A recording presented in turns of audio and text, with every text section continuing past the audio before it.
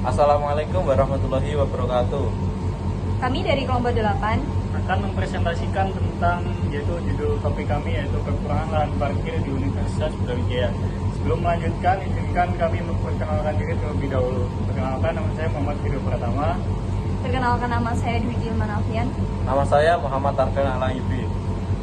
Yang pertama, tujuan dari topik proyek yang dipilih. Tujuan dari pengembangan aplikasi parkir berbasis real time adalah untuk membatasi keterbatasan lahan parkir dengan menyediakan sistem pemantauan ketersediaan.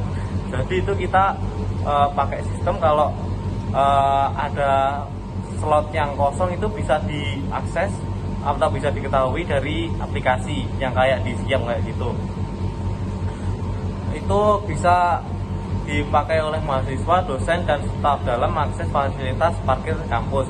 Selain itu, aplikasi ini juga bertujuan untuk mendukung konsep smart kampus yang modern, efisien, dan ramah lingkungan. Baik, yang metode yang akan kami gunakan di sini yaitu dengan metode dalam pengembangan sistem parkir berbasis real time adalah metode prototyping.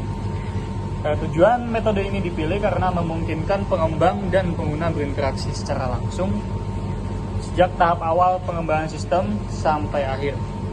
Yaitu melalui sistem ini kita dapat membuat model awal prototipe yang berfungsi sebagai gambaran awal yang akan dibangun.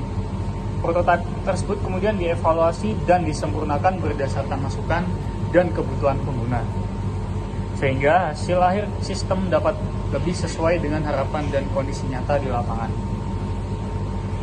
Penggunaan metode prototyping pada sistem parkir berbasis real time ini kita memiliki beberapa keunggulan, yaitu mampu mempercepat proses pengembangan, mengurangi resiko kesalahan dalam memahami kebutuhan pengguna, serta menghasilkan sistem yang lebih interaktif dan responsif terhadap perubahan.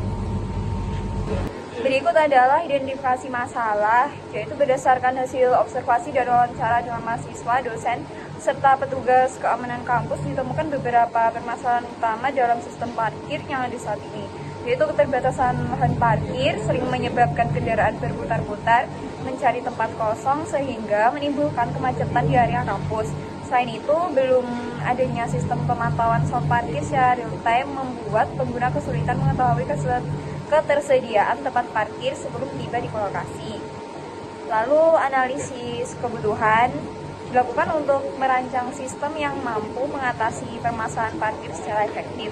Kebutuhan fungsional meliputi fitur untuk menampilkan ketersediaan slot dan secara real time mencatat data kendaraan masuk dan keluar, memberikan notifikasi saat parkir penuh, serta menyediakan dashboard bagi petugas.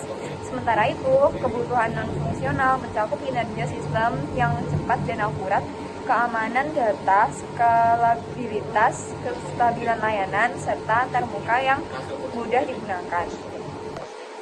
Selanjutnya, identifikasi pengguna. Yang pertama, user atau mahasiswa. Mahasiswa memulai proses dengan login ke sistem yang kayak di Siam itu, kemudian mengecek ketersediaan slot parkir. Jika slot tersedia, maka pengguna konfirmasi, lalu diarahkan ke slot yang kosong. Jadi sistemnya kayak booking gitu.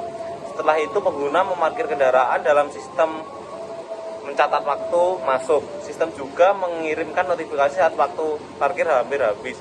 Jadi itu tidak bisa kelama-lamaan ya, kayak nginep sampai berhari-hari gitu. Yang kedua, super admin. Dosen kampus atau staf, admin atau petugas parkir juga login ke sistem untuk memvalidasi ketersediaan slot di lapangan. Jika terjadi masalah teknis, admin dapat melaporkan melalui sistem agar segera ditindaklanjuti. Kemudian last ada tabel kebutuhan fungsional. Tabel kebutuhan fungsional berisi daftar fitur atau fungsi utama yang harus dimiliki oleh aplikasi parkir berbasis real time agar dapat berjalan sesuai tujuan pengembangan. Setiap kebutuhan fungsional menjelaskan apa yang harus dilakukan oleh sistem untuk memenuhi kebutuhan pengguna dan mendukung proses operasional parkir secara efisien. Sekian dari kelompok kami. Bila ada salah kata mohon maaf. Wassalamualaikum warahmatullahi wabarakatuh. Tidak.